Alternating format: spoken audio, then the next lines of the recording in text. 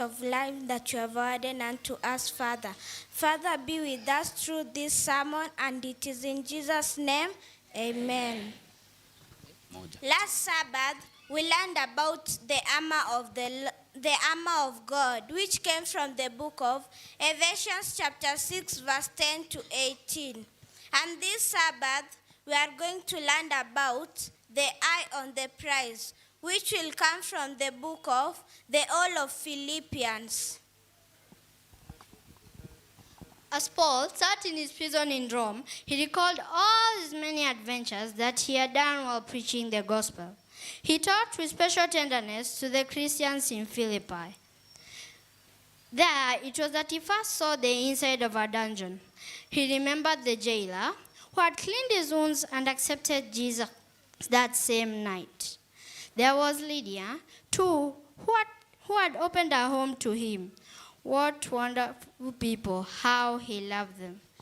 I thank my God in all my remembrance of you, always in every prayer of mine, for all making my prayers with joy, thankful for your partnership in the gospel from the first day until now.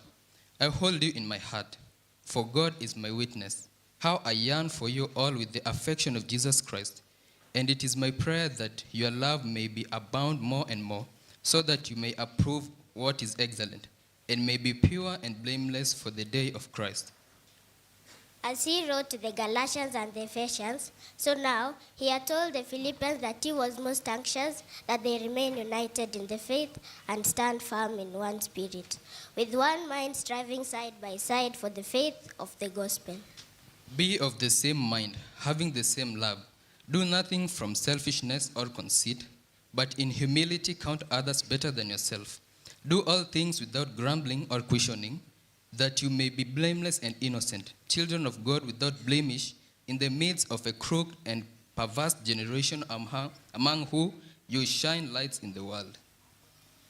That was a lovely picture he painted, with every member of the church, every man and woman, every boy and girl, letting his light shine, twinkling like a star on a dark night.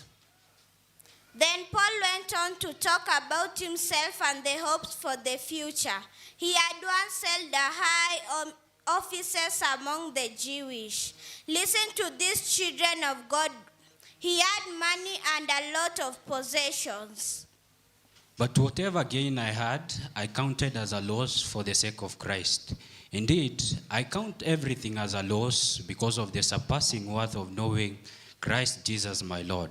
For his sake, I have suffered the loss of all things and count them as a refuse, in order that I may gain Christ and be found in him, not having a righteousness of my own based on the law, but the righteousness from God that depends on faith, that I may know him and the power of his resurrection, and may share his suffering, that if possible, I may attain the resurrection from the dead.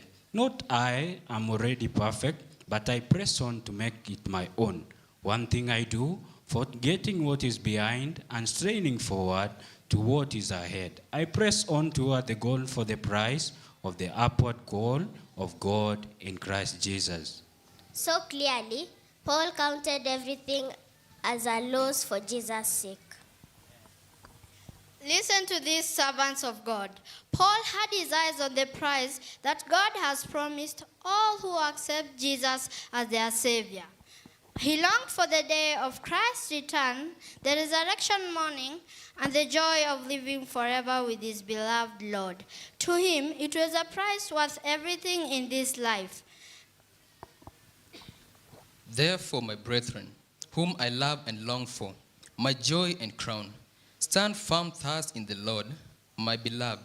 Rejoice in the Lord always. Again, I say rejoice.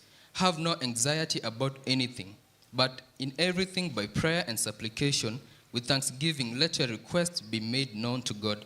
And the peace of God, which passes all understanding, will keep your hearts and your minds in Jesus Christ. Paul's epistle to the Philippians was perhaps his most tender and love letter. Because he loved these people so much, he revealed to them the secret motives of his life, the glorious prize on which he kept his eyes. I wonder what is beckoning you. Is it money, or a big house, or a lot of land, or an important job? Or, like Paul, do you reckon that nothing the world has to offer can be compared with the breeze of the everlasting life with Jesus? Before we call it a sermon, it is important to note that if we are going to live with our beloved Lord in heaven, then following him should be our aim. And may God bless you all in Jesus' name. Let us pray to end our children's story. Almighty Father, who art in heaven, we come before your throne of glory, asking you to forgive us our sins. Thank you for the children's story that we have already heard. Help us and let it help us in our daily lives. As we are going to welcome the pastor who is going to present us the sermon, Lord, be with him. In Jesus' name I pray and believe.